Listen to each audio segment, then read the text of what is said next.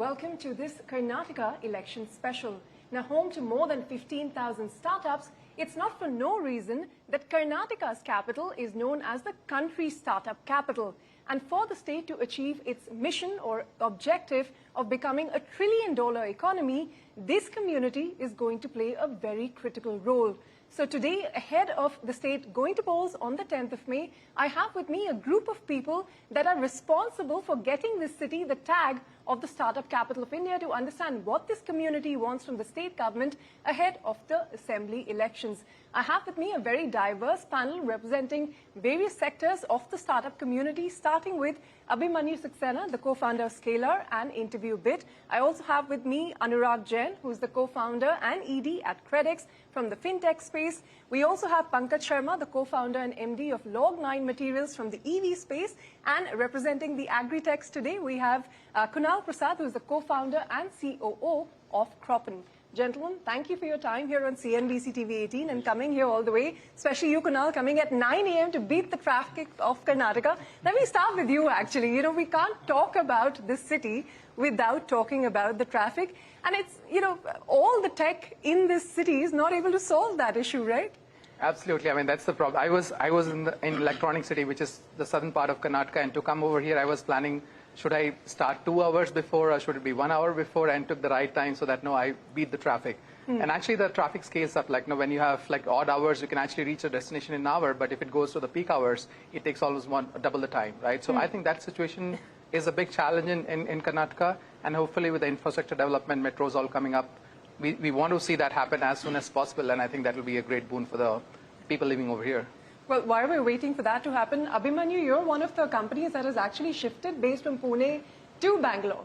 How has the experience been? I mean, is the traffic getting to you? Is it affecting your productivity? Right. So for us, probably yes, traffic. I would have loved if it was little less. We could have been maybe 5, 10, 20% more productive. But at the same time, lately COVID did impact a lot of work from home, hybrid work, along with, you know, combination of figuring out the right time to come to the office and leave. With all those combinations, I think I wouldn't complain. I think overall it was great for us to move to Bangalore overall. But yes, of course, if traffic was lesser, it would have been much better. Anurag, it's been a tough season for startups, right? I mean, funding winter and the floods here. So, you know, all round, what would you say are some of the largest issues, you know, that you want the state government to look at? And I'm talking outside of policies that affect your sector, to make it a more conducive environment for startups to thrive. I think, you know, there's a very big element of focus that I see is missing in terms of the overall growth of the infrastructure and, you know, the city's growth in general. And I can give an analogy wherein, you know, you look at a company which is being run by a CEO, right? So we need a CEO for Karnataka or for Bangalore. We have a chief minister. Yeah, but I think, you know, when a CEO runs it, keeping all the departments in mind, I think that is where there is an overall growth of the city that, you know, we are able to see. And I don't see most of these issues, you know, and they're all solvable. I mean, it's not that they cannot be solved. It's just that there needs to be a focus around each one of them, whether it is to do with road traffic, whether it is to do with you know, monsoon issues that come in, and all of these just need focus. And there have been areas where once the infrastructure has come in, and Domlur is the right example maybe, and it was a hell when you used to pass that area. But today you can just breeze through that area. So I think some of the issues can be solved. It's just that we need more focus from somebody who's looking at it day and night. We need a CEO-like approach to resolving the issues of Bangalore. But Pankaj, why always Bangalore? You know, startup capital of the country, sure. But a lot of the issues that we're talking about, infrastructure related, is because of the concentration of the industry here. Now, the government's focus has also been to look at beyond Bangalore, look at cities like Mysore, Mangalore, Belgavi, Dharwad, so on and so forth. What do you think are some of the right set of policies that will make these cities more livable, more conducive for the startup ecosystem? I think the question really is, why are we all here? Yeah. Definitely not for the immersive cooling of 25 degrees. Not anymore, not right now. Yeah, I mean, let's keep the global warming in check, and I think that should be one of the areas where startups should be encouraged in this part of the world. But if you look at it fundamentally, what is Bangalore doing right? Yeah. Why are we all here? Yeah. And how do you take that playbook And then emulate spread it across to other places? And I think it all starts with, the reason all of us are here is because this is where the talent is. And founders go where the talent is. We set our companies and make our employees and team members more comfortable. So we have to see what will it take for talent to sit in these other cities. What kind of healthcare, what kind of education systems do we have over there? What kind of startups and working opportunities are there? And how these micro cities which are connected to the big city like Bangalore are integrated to Bangalore. Are you on a shuttle which is an hour away? Or it takes you 5 hours to go back and forth? Or a 90-hour expressway now between Mysore and Bangalore, solving some of the issues. Start the bullet trains like, shuttle between these smaller towns and these big cities, and you start to integrate and take the culture, the fragrance of Bangalore culture, all the way to 300 kilometers. All right, so we'll see how that progresses. But Kunal, let me come to you. If I look at the election manifestos and for the agriculture sector, we're not hearing of ways to increase farm productivity, farmers' incomes. What we're hearing is farm loan waivers and promises of that for parties to come into power. What do you make of some of these promises? How do they affect the ecosystem? Even if that were to be implemented, we know it's bad for credit culture. So I think from our perspective, farm loan waivers is one perspective, but the other thing is the farmers need access to capital is one of the fundamental things which is required.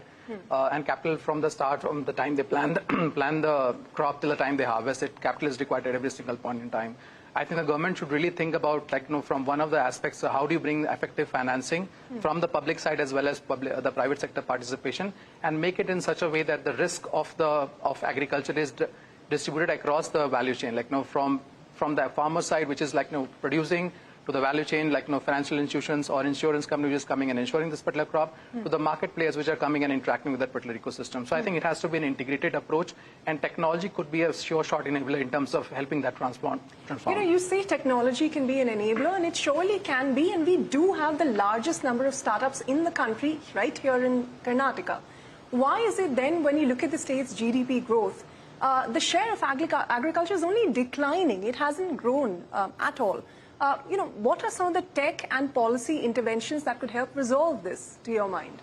I think one of the important things is how do you really transform the farming ecosystem over here in the state to make it world class, and we have to build in value chain ecosystems from the focus crops that we are looking at. For example, the millet mission which the government is focusing for this current year should be a longer term perspective. How do you because millets is a crop which was naturally grown in Karnataka, how do you make that as a mission mode?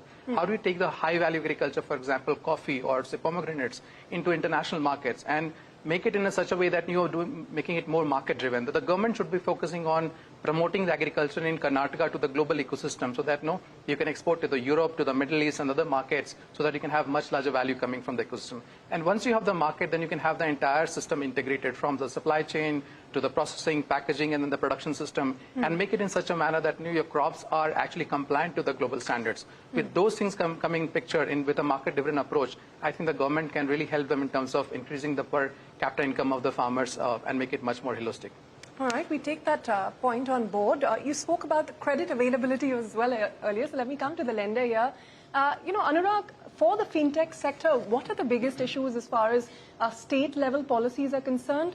What can be done to increase the share of fintech in the market for Karnataka as a whole in India, which is a large market for fintechs? Right. So I think the needs of a fintech sector, is very different from the needs of the other sectors. And the reason why I say this is because, while it might seem counterintuitive, money is not the biggest challenge. I think a bigger challenge is to make or facilitate policy and regulatory guidance, right? To be able to have a committee, and which is where I suggest maybe creating a fintech task force. Right, which was set up, which has been set up.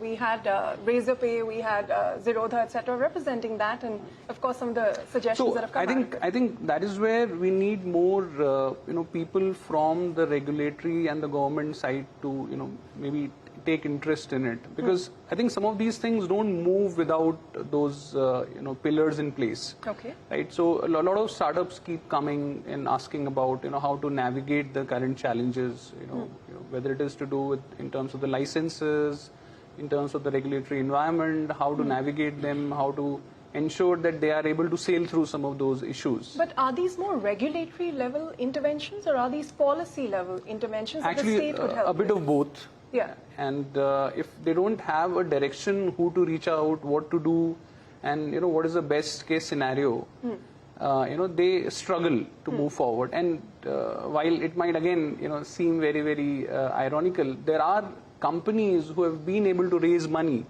but are not able to progress in the fintech sector, because I think the bigger element in a fintech space is the financial product, and then you enable it using technology.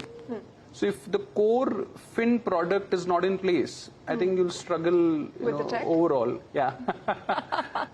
So having a set of people who can handhold some of these startups to get to the next level and be able to give access to some of these central government authorities, regulators, and the government bodies, and give them a direction that will help them. So more guidance, and you're saying a fintech task force which is more inclusive with various stakeholders, not just one part of the industry.